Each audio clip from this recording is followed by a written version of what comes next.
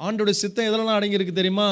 உனக்கு கொடுத்த அந்த குடும்பத்தில் அந்த குடும்பத்தை நடத்துவது அது ஒரு ஊழியம்.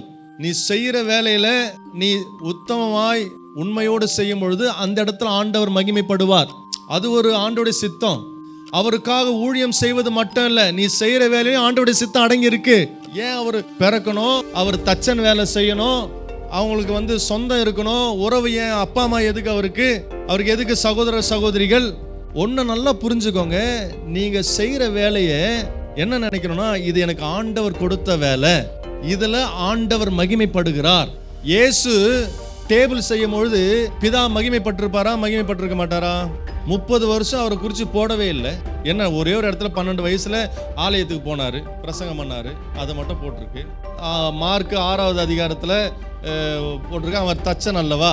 அப்போ என்ன பண்ணியிருக்கிறாரு? தச்சனுடைய வேலை செஞ்சிருக்கிறாரு. அவர் குடும்பத்தில் இருந்து அவங்க அப்பா அம்மாவுக்கு கீழ்ப்படிந்திருக்கும் பொழுது பிதா மகிமைப்பட்டிருப்பார். அவர் டேபிள் சேர் செய்யும் பொழுதும் ஆண்டவர் அங்கே மகிமைப்பட்டிருப்பார். தன்னுடைய சொந்தங்களோடு அவர் போகும்பொழுது அந்த இடத்துல ஆண்டவர் மகிமைப்பட்டிருப்பார். நீ எந்த வேலை செஞ்சாலும் அந்த இடத்துல ஆண்டவர் உன் கூட இருக்கிறாருன்னு நான் சொல்ல வரேன். அது சின்ன வேலையா இருக்கலாம், அது பெரிய வேலையா இருக்கலாம். நீ எந்த இடத்துல இருக்கிற அந்த இடத்துல ஆண்டவர் உன் கூட இருந்து உன்னை மகிமைப்பட்டு கொண்டு இருக்கிறார்.